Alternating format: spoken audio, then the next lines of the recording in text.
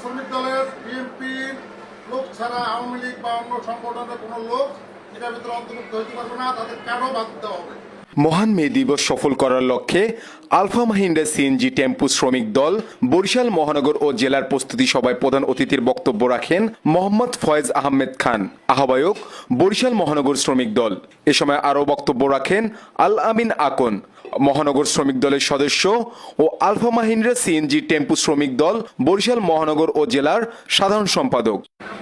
শ্রমিক দলের বিএনপি লোক ছাড়া আওয়ামী লীগ বা অন্য সংগঠনের কোনো লোক এটার ভিতরে অন্তর্ভুক্ত হইতে পারবে না, তাদের কারো বাদ দেওয়া হবে বলে গেছে। এবং আপনাদের 10 জনকে নিয়ে আমি সামনে আগাবো। আপনাদের মতামত নিয়ে আমি এই সংগঠনটি চালানোর অধিকার দাম, দায়িত্ব দাম, আপনাদের মতামত নিয়ে আমি চালাবো। আমার একার মতামত এবং আমার একাও দেবে সংগঠন চালাবো না, 10 জনকে নিয়ে আমি চালাবো। আলম যে কথাটা বলছে, আমি প্রতিটা শাখায় স্থানীয় যারা শ্রমিক আছে তাদের মাধ্যম দিয়েই যদি পরীক্ষা নিরীক্ষা জাস্টিফিকেশন করে যদি দেখি যে হ্যাঁ সে বিএনপি করছে, তাকে কমিটি জানাবে। যদি আওয়ামী লীগ করে বা অন্য দল করে তাকে এই কমিটিতে আনা হবে না।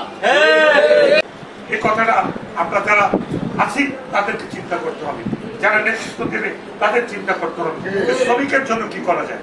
আমি মনে করি শ্রমিকের প্রত্যেকটা যেহেতু এই সকল সেক্টর যেখানে এই সরকারিভাবে অনুদানের পাওয়ার সম্ভাবনা নাই, পেনশন পাওয়ার সুযোগ নাই, বিভিন্ন সরকারি সেক্টরে যেরকম গ্রাহ্যসূচি পায় সেরকম পাওয়ার সুযোগ নেই, তাহলে এই শ্রমিকদের জন্য ভবিষ্যৎ কি থাকবে।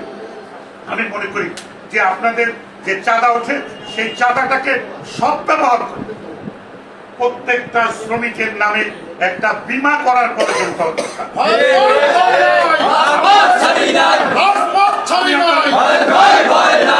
আগামী দিনে বাংলাদেশ জাতীয়তাবাদী দল শ্রমিক দল চিন্তা করে যে প্রত্যেক স্তরের শ্রমিকদের জন্য, তার পরিবারের জন্য একটা নিরাপত্তা বিধান করা দরকার।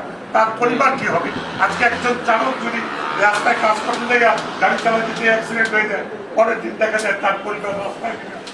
কিন্তু আমরা মনে করি যে আমাদের যে আয়ের যে বিভিন্ন ভাবে আমাদের যে উৎস চাঁদা যে আমরা পাই, সেই চাঁদা দিয়ে প্রত্যেকটা শ্রমিকের নামে ইন্স্যুরেন্সের ব্যবস্থা করে দিয়ে কোন শ্রমিক যদি মারা যায় তাহলে যদি তার ইন্স্যুরেন্স করা থাকে 1 লাখ টাকা, ওই 1 লাখ টাকা যদি ওই পরিবারকে দেওয়া যায় তাহলে ওই পরিবার কোন রকম ভাবে তার জীবন অতিবাহিত করতে পারে।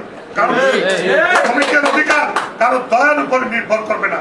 শ্রমিক সে কাজ করে খায়, তার কারো দয়ার উপরে বেঁচে থাকে না, সে কাজ করে খায়। সেক্ষেত্রে শ্রমিকের অধিকার প্রাপ্তির জন্য কোন রকমের কোনো আপোষ করার কোনো সুযোগ নেই।